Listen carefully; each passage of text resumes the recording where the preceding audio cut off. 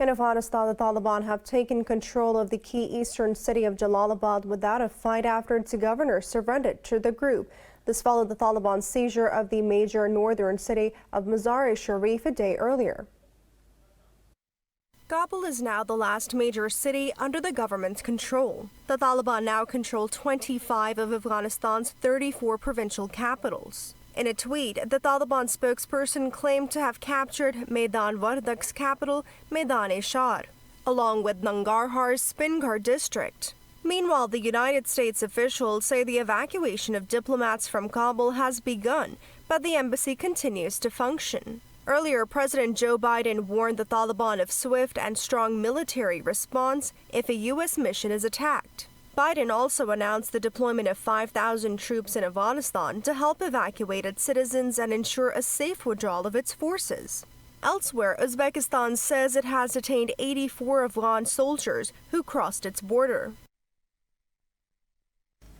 For more on this, we are joined by Mr. ARSHAD YUSUFZAI, a political analyst speaking to us from Peshawar. Mr. YUSUFZAI, thank you so much for speaking to Indus News. Now, Mr. YUSUFZAI, with the Taliban now in control of all major cities other than Kabul, do you believe President Ashraf Ghani might resign? It's a very important question, and everybody wants to know the answer. Unfortunately, President Ghani has not decided yet. And I said unfortunately because for the safety of Kabul and its residents, for the safety of the beautiful city, as soon as President Ghani resigns, it would be better, because the Taliban have now reached Jalalabad. They are in control in Ghar, and also they have reached on other places that connect them to Kabul. They can launch an offensive anytime, and it's better to save the bloodshed, and for President Ghani to resign would be the safest and better option.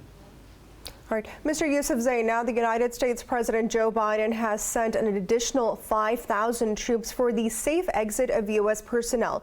If there would be an attack on Kabul, could we see the United States dragged back into the conflict on the ground? I don't think so, no. They would not want to start a new war with the Afghan Taliban, who are controlling the country now.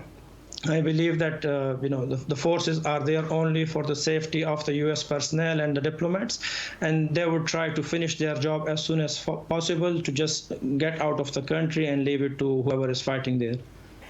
Now, Mr. YUSUFZAI, if the war in Afghanistan protracts further, would there be an additional influx of refugees into Pakistan, and what could be the monetary and social cost of such an exodus? Yes, this is an important question, and Pakistan is already expecting between 500,000 to 700,000 fresh refugees, although the UNHCR puts this figure very low. It's just 200,000 in their calculations. But Pakistan is not in a financial position to support any additional refugees. Pakistan's economy is not that strong. So to support any additional refugees, Pakistan must get guarantees from international community and from aid agencies. Unless they provide guarantees, unless they are committed to supporting the refugees, Pakistan cannot do it on its own. All right, Mr. YUSUFZAI, is there still any hope of a negotiated political settlement in Afghanistan, and what would it take? Well, the only hope now is that Kabul regime should resign. They should leave Kabul to Taliban without a bloodshed and let them come into power now. Because the Taliban, as they have promised, and hopefully they will keep their promises, that they will not repeat the mistakes that they did in the past. And they are willing to communicate and have engagement with international community like they've been doing with our regional powers, China, Iran, and Russia. So I believe it is now time for the Kabul regime to let it go and to let Taliban come into power in Kabul. All right. Mr. ARSHAD YUSUFZAI, thank you so much for speaking to Indus News.